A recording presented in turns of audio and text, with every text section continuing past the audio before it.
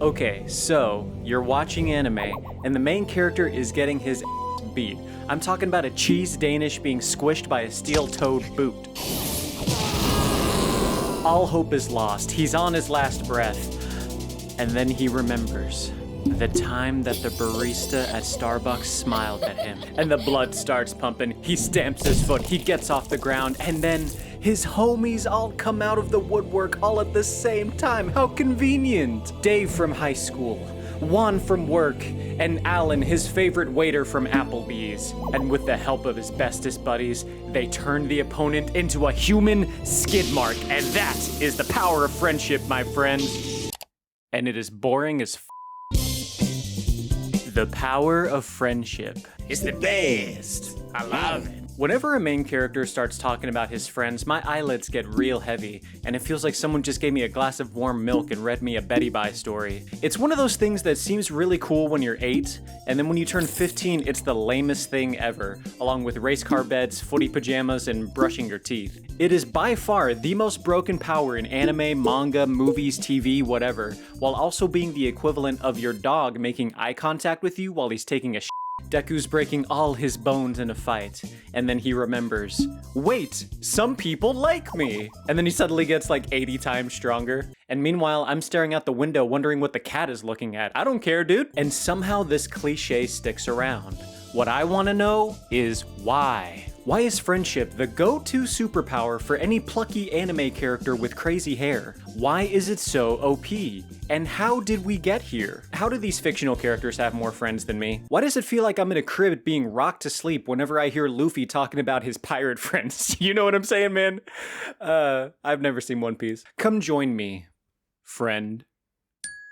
So first, I want to kind of define what I call the power of friendship. Number 1, when the hero fights with their friends and gets stronger, or they combine powers to win.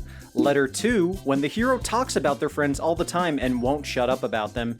And letter 3, when friendship is a core theme of the story. See, for me, when the power of friendship comes up, my mind immediately goes to Naruto. I mean, these teenage murderers really like each other and they will not shut up about it. The villain says one mean thing to Naruto, and he pulls out this 18-page document talking about his friends and how great everything is. Deep inside, we're the same, don't you know? Before ChatGPT, if you wanted word vomit, all you had to do was watch Naruto. I mean, this guy will forgive anyone and everyone just because they sent him the pretty please emoji, even when people absolutely f up his life. Did a guy murder your sensei that's also the man that raised you? Deep inside, we're the same. Your emo friend literally stabs a hole through your heart so that he can be groomed by Michael Jackson? You just don't understand our friendship.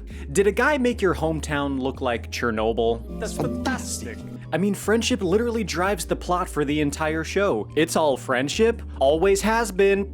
Naruto's always chasing down his bestest buddy for 720 episodes, and then at the very last second they're reunited like an early 2000s rom-com. And it's always felt like a little cognitive dissonance too, when Goku beats the absolute piss out of somebody, and then turns around and says, you know, deep down I know you have a good heart, I just had to beat your ass first, it's nothing personal. I'm going bowling later, do you want to come? And a lot of times the power of friendship feels pretty forced. Would these characters really be so into each other after being on screen for 4 minutes each? Excuse me, I'm sorry, but in shows like My Hero, this actually kinda makes sense. Deku and Class 1A go through crisis after crisis, having villains attack whatever dumb stuff they're doing that day, so it makes sense that they would be closer to each other because they're trauma bonded. Okay, listen, if you and your homies were at summer camp, and you almost got burned to death and died in the smoke and flames, you might play Fortnite with them. Okay, so let's go back in time for a moment. Farther. Farther.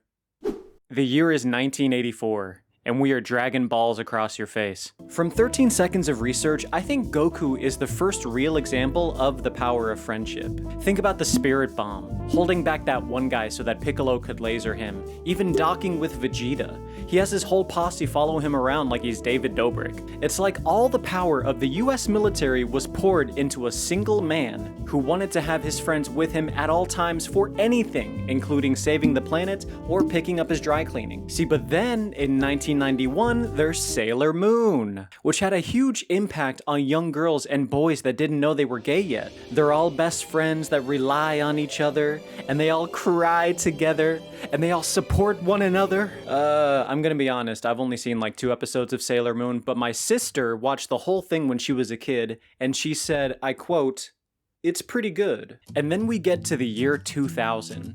Not much has changed, but they live underwater. And Goku's great-great-great-granddaughter is Yu-Gi-Oh! And I feel like this is when friendship started turning into plot armor. There are multiple times in the series where the enemy has the upper hand, but Yugi somehow pulls a W out of his because his friends were there helping him. He was able to use the power of friendship. Even his card monsters liked him more. I think this is a good sentiment, but it doesn't really feel earned. And it kind of feels like the writers just didn't know how to get Yugi out of a situation, so they just went, I don't know, dude, something friendship, I don't know, man, this is my 3rd cup of coffee. Can you hand me that vape? And then further on in the mid-2000s, we have Naruto, Food Wars, Psyche K, and it seems like every new show is saying the F word more than your homophobic boss. Every one of these shows has a huge cast of characters, and they all support the main character. They're all such great buddies, and they all save the day together. And some of them are actually fleshed out and interesting, but most of them are actually fleshed in and uninteresting. Like in Food Wars, 90% of these people do not do anything. Like there's this guy, I think he does barbecue or something. He says like 5 words total. And like all this girl does is cook meat, and she has a crush on the main character, which is a whole other video, by the way. And this girl, I don't know what she does. She just stands in the background. It just feels like there's way too many people in the show for any of them to stick out. But see, One Punch Man? Well, I like One Punch Man. In One Punch Man, Saitama doesn't even know the names of the other characters. He does not pretend to be homies with them at all. He does not care. In One Punch Man, they don't really use the power of friendship. Most of the times they just fight on their own. Sometimes they're in a group, but they do not get a power boost from it. And now we're at the modern era, where the power of friendship is in full swing.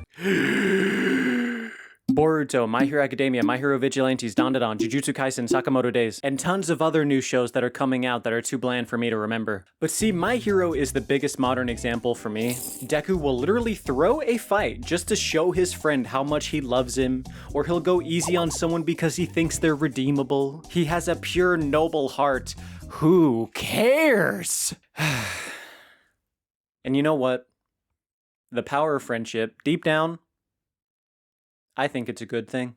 Dude, when I was 22 and I was cooped up in my room shotgunning Naruto Shippuden all day like a truck driver with a can of Red Bull, I was legitimately jealous of these 2-dimensional little squirts because they got to hang out with their friends every day, when my only friends were a PS4 controller and a bottle of Lexapro. For most shonens coming out, the power of friendship is the norm. And it's good that kids have a good example and something to look up to, and they get good lessons and blah blah blah blah blah. Whatever, who cares? Every little 4-foot-tall anime character now fantasizes about their friends like a Discord mod fantasizes about moving out of his mom's house. The reason Chainsaw Man was huge when it came out was that it felt fresh. It felt different. Characters rarely fight together, and if they do, they can still get steamrolled because their opponent is that strong. Nobody gets saved by plot armor, and certainly not by friendship. If anything, having friends makes you more vulnerable. But I don't think the power of friendship is going anywhere. One Piece has been going for so long, it's probably going to be AI generated sometime soon. Dragon Ball's still going even though Toriyama passed, rest in power. And the truth is, these stories are made for little kids, so asking them to get rid of this trope is like asking Sesame Street to stop talking about recycling. So who knows?